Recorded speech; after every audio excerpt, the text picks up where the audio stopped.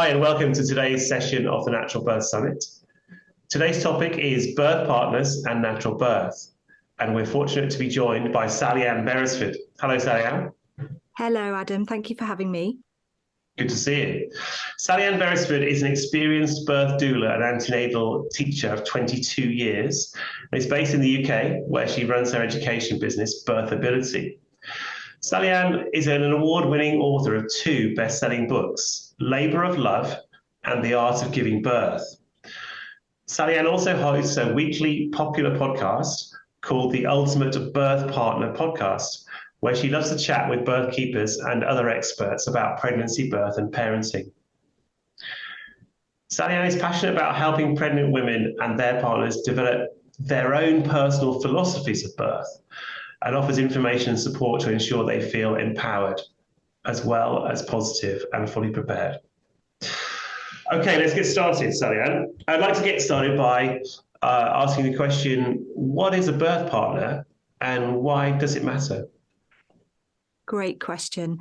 The birth partner is somebody that you've chosen to take with you to your birth experience, and ideally someone who has, got a really good understanding about what you want to achieve. And most of us, let's face it, would choose our romantic partner if we are involved in a relationship, and we would, assume that they would be the person that we would take. However, not all partners are the perfect birth partner. So I think there's, for some people, they may go on to choose to have somebody else join that team, perhaps a friend or a relative, a doula, or someone else that they deem to be a good fit for their journey. And what's important about the role of a birth partner is they need to really understand everything about you as a person, so your personality style, and also that perfect birth experience that you're hoping for. Because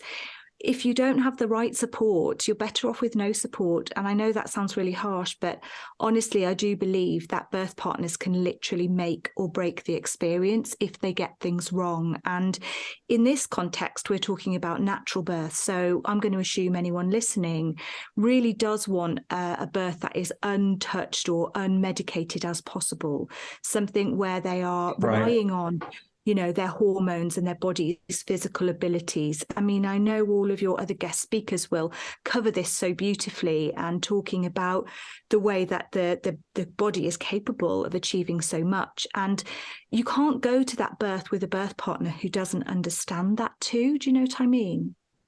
I do. Yeah, I get that. And so there's a need to really think through who might be a good birth partner, but also to explore with them, it sounds like, what your thinking is, so that you can test whether they can be on that journey with you. Is that right? Yeah, absolutely. Absolutely. And I think what's important is that there isn't this automatic assumption that they have the right to be with you. So, if I'm talking to birth partners, I will say, if she wants a home birth and you don't think that's a good option for her, are you the right person to support her? Because at the end of the day, that's something she feels that she would like, and you should support that by learning and understanding why that matters to her, and also learning and understanding what the statistics are around home birth, etc. I mean, that's just one example, but if she tells you that's what she wants, you don't have the right to turn around and say, well, you can't do that. That's not safe. I don't believe that's a good option for you to have the baby there. You owe it to her to do more research and understand more about why that's a good option. And the reason I say that is because women are... they have the most amazing instincts. And the minute you start backing a woman into a corner, her instincts can switch off, and we wouldn't want that. We would want her instincts to be, flowing in abundance. And the last thing we should do is back her into a corner. So, for example, if that was the story that you were facing, that the woman wants to give birth at home and you don't believe that's a good option, my advice to any birth partner is just let her follow her instincts and trust what's going on. And if at any point in the journey that isn't safe for her, she will be the one to change her mind. She will be the one to decide a different path, because she's never going to put herself or her baby in danger.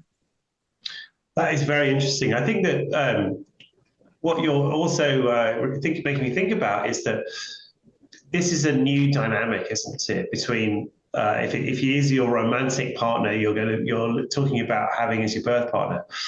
There's a new dynamic there, and so the sort of whatever habits you've already formed around how you evaluate and discuss and decide things together, they don't necessarily apply directly in this space, because, as you say, this is much more focused on the mother and it's her ability to stay in a relaxed state and feel supported requires a change from the habitual decision-making process. Is that right? Absolutely. And, you will have already heard people talk about hormones and the role that they play. And, if the partner doesn't understand that kind of mammalian ability to go inwards, to relax, to soften, if they don't understand how to help that happen, labour can be long, labour can be difficult, labour can be exactly the opposite of what you're probably planning. So it's really essential that the partner puts in the work to understand the role that hormones play, and to understand why it's important that the right hormones are produced at the right time. Because when you do get that, that's when you can be the best possible birth partner. And to be honest with you, there's very little else you need to do other than, snacks and drinks and a few other bits and pieces that she might tell you she wants in the pregnancy. But being a listening ear for that and looking out for those things, does the person you're supporting want you to touch them? Or would that be absolutely the worst thing to do? If she forgets to breathe, does she want you to kneel down on the floor beside her and start breathing? Or would she punch you in the face because that's the most irritating thing that you could do? You need to identify what those things are. You need to be able to say, okay, in this kind of scenario, if you forget to breathe, do you want me to just say the word breathe? Do you want me to start counting the breath? Do you want me to touch you on the shoulder to remind you, breathe, you've got this, you're doing great? What are the cues that you need to know in advance that will help support her in that moment? Because you'll see it and you need to know what to do. You need to have that tool in your toolbox to recognize what she wants from you in any moment that occurs like that. I can see that it is a really big conversation to have between a mother and the other parent, isn't it? Because the assumptions are in the room, aren't they? Which is that it's going to be that person, the other parent, that's going to be the birth partner, and that somehow that's something wrong with everyone if that's not the case. But it seems like we're trying to find a middle ground between encouraging the other parent to engage, to be part of this discovery and learning process, to understand what the right route is without being controlling, and that is quite a difficult balance to find, I think, isn't it? I think when a birth partner sits down and understands what birth is like, what it's like in terms of the physical body, what the body goes through, what the journey of the baby is like, once they understand more about the process, that's when they can say, okay, I get it now. I shouldn't be on my phone. I shouldn't be asking questions all the time. I shouldn't be trying to entertain the midwife with my brilliant jokes. I need to be present, I need to be quiet, and I need to be supportive. And perhaps I also might need to advocate if an occasion arises where I need to step up and speak up. And these things all need to be discussed in the antenatal period. And I would recommend having 2 sessions at least where you've got no phone, you've got no telly on, you've got no distractions. If you've got other children, childcare, or, go out for the evening or something where you can sit and focus entirely on each other and speak openly, because there's another side to it. You mentioned the word control. And for me, one of the hardest things to do is when you've got a woman who's a control freak and she can't get out of her head and into her body. So she's told you she wants a natural birth. She's told you that she wants to perhaps have a water birth, either in a midwife-led unit or at home, for example. But on the day, she can't relax and she can't switch off. How do you help her in that moment? How can you sit with her in the pregnancy and express these worries, express these thoughts to them and say, look, one of the things that I'm concerned about is that you're telling me that you want a natural birth and you want to, hypnobirth or do something to allow yourself to relax. But I know you quite well, and I think you might struggle with some elements of that. What can we do together in preparation for your dream birth to ensure that you are able to relax more? What can we do in practice? What can we, do we need to do scripts, hypnobirthing scripts more often? Do you want to, practice some massage techniques? Shall we try positions so that we can look at our house and determine where you're going to be in labour? Because what you've got to remember is, assuming that no induction takes place, and we are talking about natural birth, so I would hope not, you are going to be starting labour at home, regardless of whether you continue at home or not. So you need to look at your home in a way together that you can really identify: have we got enough cushions for me to lean over? Have I got a blanket? Is it too bright in this room? Will I need to put some darker curtains up at the windows? Will I need to, get an eye mask, for example, because that's, easier? What playlists do you want? Have I got an idea about the kinds of snacks that you really do want to sustain you through your labour? And what would I bring out, because I know that those are your favourite things. All of these really crucial elements need to be discussed, because honestly, as a doula, when I go to client appointments with second timers who've had really difficult or negative first birth experiences, one of the most common issues when we unpick what went wrong is that they didn't eat or drink. Neither of them. They didn't eat or drink throughout the entire first birth. And that's why things couldn't progress, because they were depleted. They weren't, in a position where they had enough energy to continue. So I think it is important that all of these things are covered. Yeah, that's very interesting. Talk a bit more about the question of supporting in when a woman's in active labour and through to the birth and arrival of the baby. And you touched upon, you talked about the need to help support the mother to be in the relaxed state where she can, the hormone system can enter the dance with the baby and help move the labour along. You also mentioned the question of advocacy. Could you just talk a bit more about advocacy, and then go on to talk about other things that the partner needs to do beyond those things? And I think you mentioned eating and drinking. Sure. So my advice is always, from the outset of early labour, is stay out of her way. So I would always recommend to any one of my clients, don't wake your partner when you feel that first sensation. Keep it to yourself and let them sleep, especially if it is the middle of the night. If they're at work, leave them at work. There is nothing they can do for you in early labour. As oxytocin is slowly beginning to build, there is no one that can do anything in that early stage. So just, leave them sleep. That's important. As the birth partner does start to wake up or comes home from work and they can see or they're aware that labour is progressing, I would say, again, stay out of their way.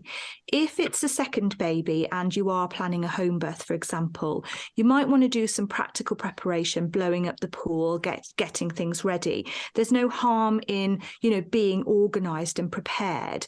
But again, try and do that in a separate room. Try and invite her into a cosy space away from the area that you're doing all of that noisy work, and it can be very distracting and diminish the production of oxytocin. So in the early stages, very much stay out of her eye line, out of her way, don't ask questions.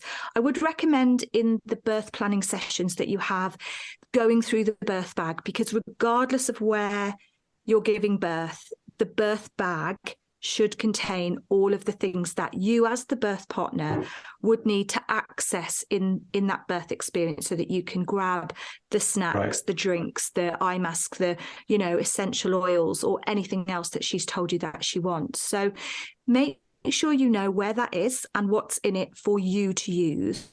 And then as labour progresses, you may start to hear sounds, you may start to notice certain behaviours. I would say routine, ritual, rhythmic behaviours that start to form a pattern. That's something that you're looking for. I definitely wouldn't time anything. If she's timing it, that is keeping her in her analytical brain. So no contraction apps, they're just not necessary, because they are only going to diminish that production of oxytocin. If you are starting to think, are things progressing? What you can do is look at the clock at, let's say it's 10 past 10, and look again at 20 past. How many sensations has she had in that time? Roughly how long did they last? So you've got a little bit of an idea. And if that clearly shows that things are starting to build and ramp, and they're getting to a point where you might need support, I still wouldn't say too much, just because normally, instinctively, the woman will ask for support when she's ready. If you are worried and you are thinking, well, actually, I do think things are getting a bit, close here, we do need to call the hospital, call the midwife to the home birth, whatever, then obviously you can kneel down and have a conversation with your partner about what to do and how they're feeling. But always be guided by them, because to me, the woman's instincts are spot on, and she is unlikely to not be aware of what's going on within her own body. So you, as the outsider, should really try and trust that as much as you can. But when the time comes, you are probably going to be the one making that call, be the one, picking up the phone and explaining what is going on to the midwife about the partner. But overall, the rest of the time, I would just say ensure she's going to the toilet regularly, at least once every hour to 2 hours, I would say, is a good guideline, purely because we want the bladder to be empty. Don't be asking her questions all the time. What's really important is that you put a glass of water or something similar beside her and say, your drink is here. You don't need to constantly say, would you like a drink? Because that's always going to be reducing her oxytocin and bringing her back into the room far too much. So it is important to understand that. Yeah, okay, fantastic. And then we wanted to talk a little bit about advocacy, because being the birth partner, your role, part of your role is to make sure that you are the voice for her if that becomes essential. Now, most women can find their voice in labour if they have to. The point is that if you've gone to the trouble of sitting down together, going through her preferences, perhaps writing a birth plan, looking at what she wants in great detail, you know her more than anyone else in that room. If you have care providers with you, you know her to the extent that you can then speak for her and be her voice if that is essential. So if, for example, you arrive at the midwife-led unit, and at the very top of the birth plan is no vaginal examinations. And the midwife turns around and says, "Oh, but how will we know if you're in labour if we don't do a vaginal examination?" Your job as the birth partner is to say, "Oh, it is at the top of the birth plan, and she said no, thank you anyway, but if she changes her mind, we'll come and get you." You shouldn't be in a position where, she is having to constantly repeat herself. If the answer to that question is no, then you can say on her behalf, no. You can take the midwife out of the room and say, "I really hope you don't mind, we're not trying to be rude," but that is a really strong boundary for her. And explain it in a really nice manner. Nobody needs to be offensive or, angry. All you need to do is calmly and quietly express her preferences on her behalf. If you're not comfortable doing that, you need to identify that in pregnancy and then hire a doula, or have someone else come with you to your birth who is willing to speak up for those types of situations. I think that's really important, isn't it? It's not just being willing to speak up, but it's being willing to do it in a moderated way that doesn't lead to escalation of voices and stress and anxiety and things that we know are going to pull the mother out of her relaxed state. So it takes a bit of thought to decide if you as a birth partner could be that, because as I speaking from my experience, you can think about what it's going to be like, but when your partner is in labor, that's different from what you probably thought it was, and it's not easy to be prepared and be the person you're planning to be when you see your partner in labor. That's not easy at all. No. I had a conversation with somebody recently who told me about her husband and the fact that she was really concerned that he would not take her side in any conversations regarding this kind of thing. And so she said to him before they entered the hospital, she said, "Just you remember, you're coming home with me, not the midwife, not the doctor. You're coming home with me. And we have to live with this birth experience for the rest of our lives. And I want you to have my back. And I expect you to speak up for me. And if I say no, I want you to support me." And he was amazing and he completely got it. But it is very interesting how many partners wouldn't have the woman's back in the end if they thought that the doctor knew best. And the beauty of this summit and the fact that we're talking about natural birth, and all of the guest speakers will, be talking about this, is that when the body is left alone, very little goes wrong. At the end of the day, the purpose of our species is to survive and thrive. Birth isn't dangerous. Birth isn't something that should be feared. It's something that should be respected, and we should be in awe of it, and we should just let it unfold as much as we can, unless something shows us there's a reason to intervene. Just like any other form of medicine, when you consider everything else, you wouldn't go to hospital every day because you might be having a heart attack, because that's a possibility. Unless you show signs, physical signs, nobody would treat you.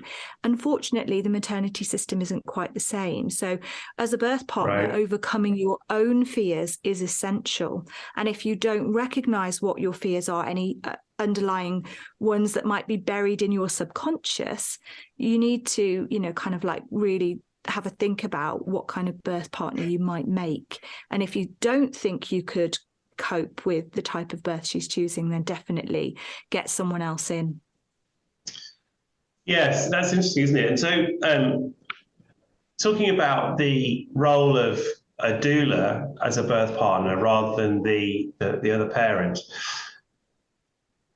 I think it's clear that a birth partner is able to be that space keeper, the person protecting the space for the mother.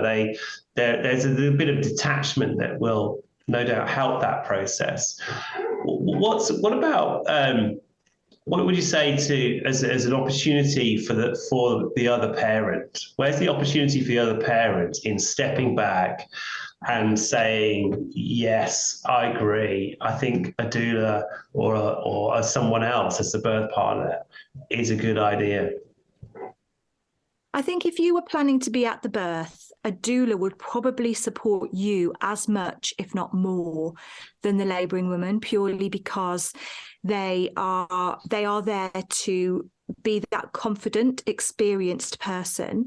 And most men will only ever do this once, possibly twice or 3 times, depending on how many children they have. But they're still not going to have had as much experience. So it is really important that, if you did decide to have someone else as part of your team, that you understand they're not there to replace you. They're there to enhance the team that you've got, and they're there to provide, the ability to say, why don't you try this? Or, how about you do it this way? And I think that can be so helpful for most partners. Now, if you're a male birth partner, you've also got the added issue that you have a different, makeup. You are built to be the protector. And as much as we've changed and evolved and, we're all very different these days, and women, don't let men, sort of like run the show all the time, we still have... Thank goodness. We still have this innate, inbuilt responsibility that we have, that we can't walk away from. As well, I say we, obviously men.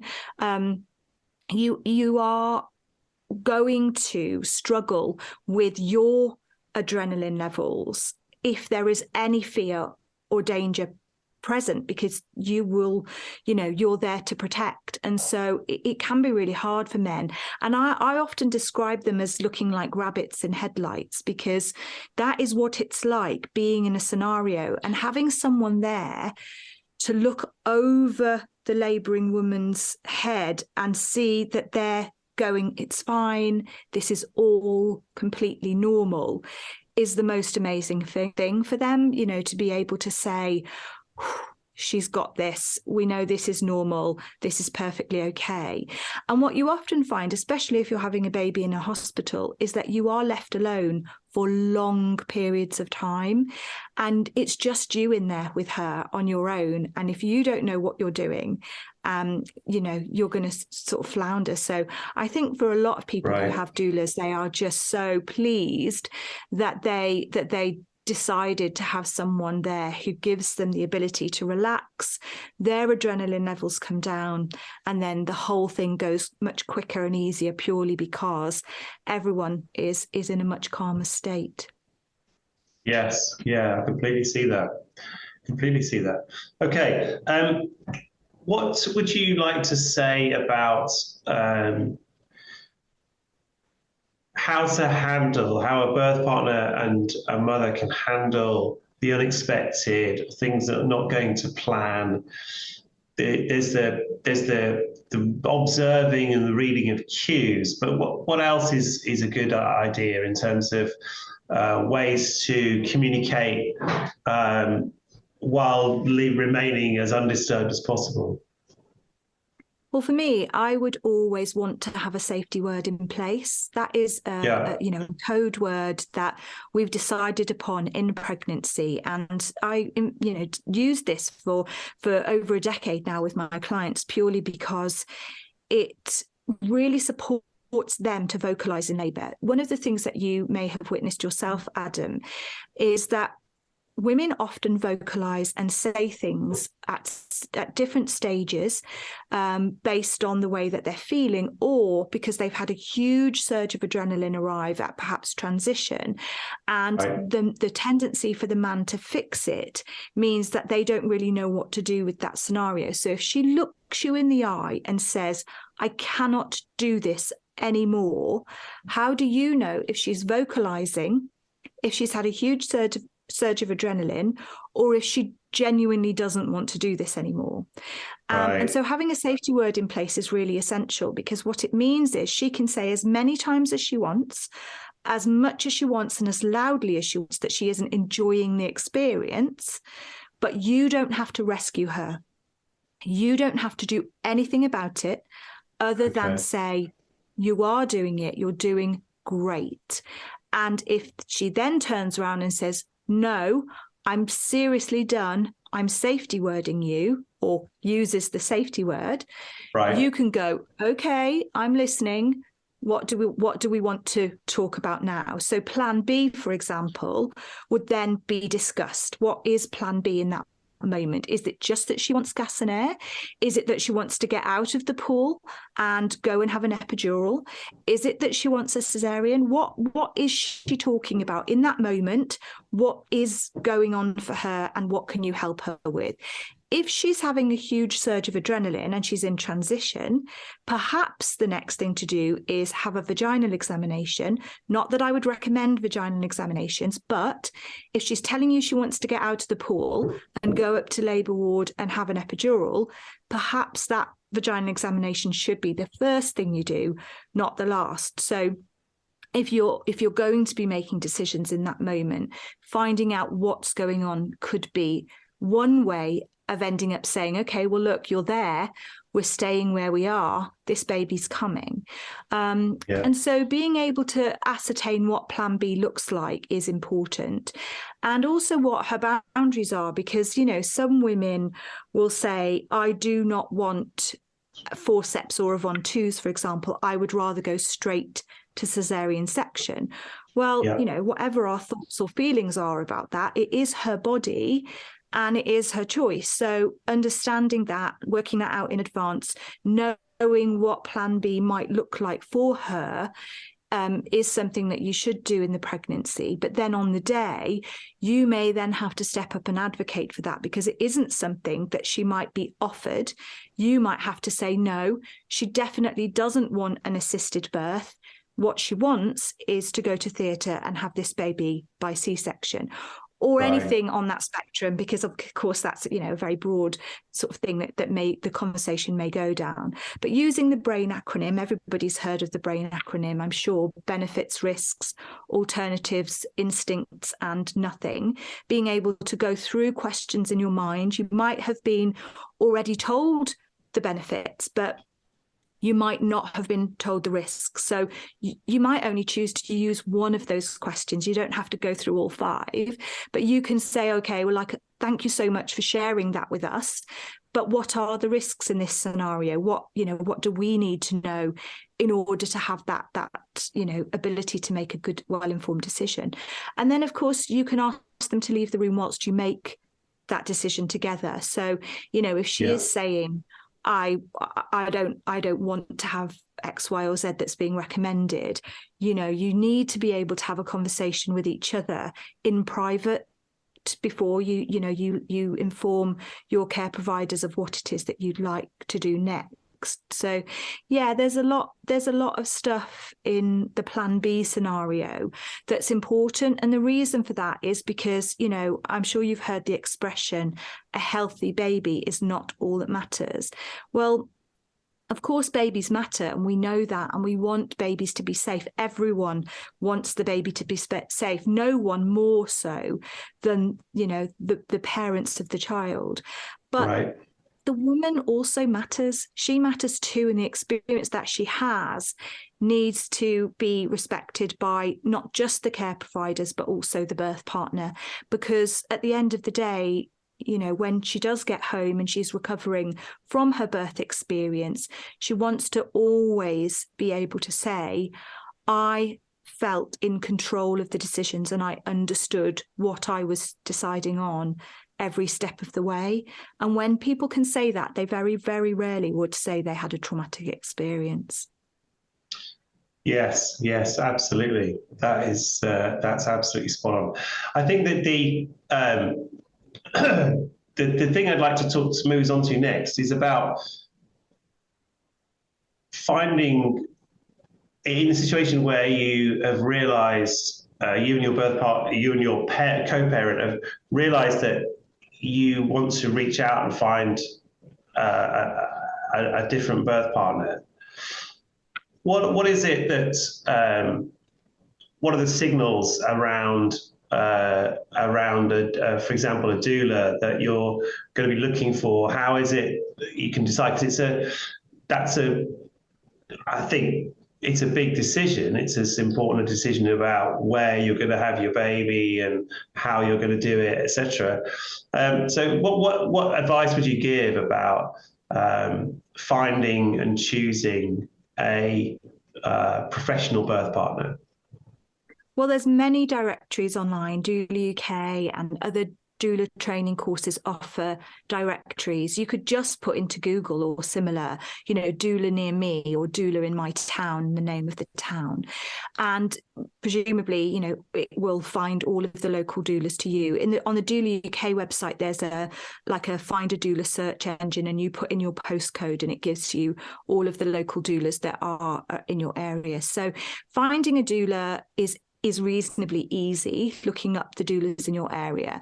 But how would you choose one? I guess it's really important to just explain your philosophies around birth and make sure that you find somebody that, supports that, because some doulas only want to do some types of birth and some will do anything. For me, for example, I want my clients to have the birth of their dreams. It's got nothing to do with me. So I will support anything. If you said to me, I want a planned cesarean, I'm your girl. If you want a free birth or a home water birth, I'm there for you. Whatever it is that you want, I'm happy to support, because at the end of the day, that is what, I'm there for as a doula and a birth keeper. But not everybody feels that way. So it's important to speak to a few to figure out what it is that you want from a doula. I on my podcast, I interviewed somebody who is a human rights lawyer in a States, Hermine Hayes-Klein, and she talks about, what do you want from your doula? Do you want them to wipe your brow and rub your back? Or do you want them to stop a care provider from doing something to you? Because it's no good having, the doula who is wiping your brow and rubbing your back, and then you don't have a very positive birth experience. And you say, well, why didn't you advocate for me in that moment? Because at the end of the day, you need to make sure that you're clear about what it is that your doula is there for, and especially with the role of the birth partner, because I honestly think if you're open and honest and you say, look, my husband isn't very confident, so therefore you are going to be there to speak up, that is clear. That is, really easy for a doula to be able to say, yes, that's me. You can guarantee I will be that person for you. Or the doula can say, oh, I'm really sorry, but that's not the kind of support I offer. So making sure that you really do understand what you're hiring a doula for is important. I think that's the theme of this whole discussion, isn't it? That surfacing as much as you can, or everything you can, about what you want, what your aims are, what your hopes are, and informing that through gaining knowledge, information from research and through whether it's a course or your own research, and then surfacing that, having those conversations so that you arrive at the place where you have the right people who understand their role, supporting you, the mother, and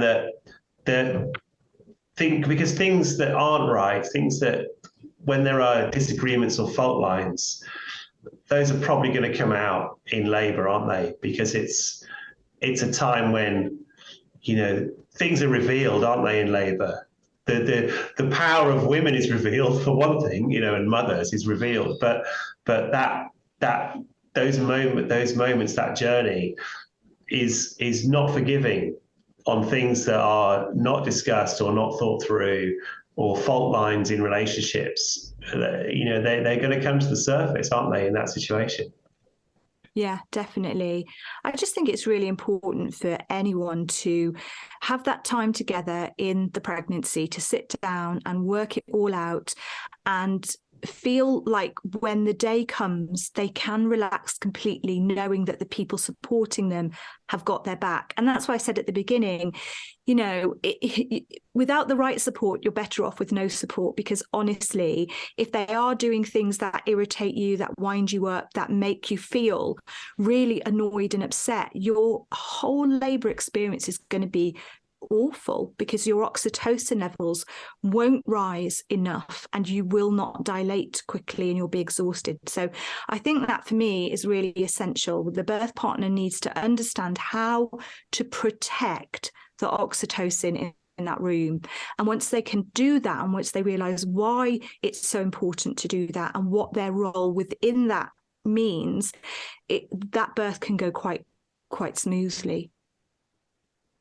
On that thought, I think we will conclude, but that has been really great. Thank you, Sallyann. Really appreciate you coming in today.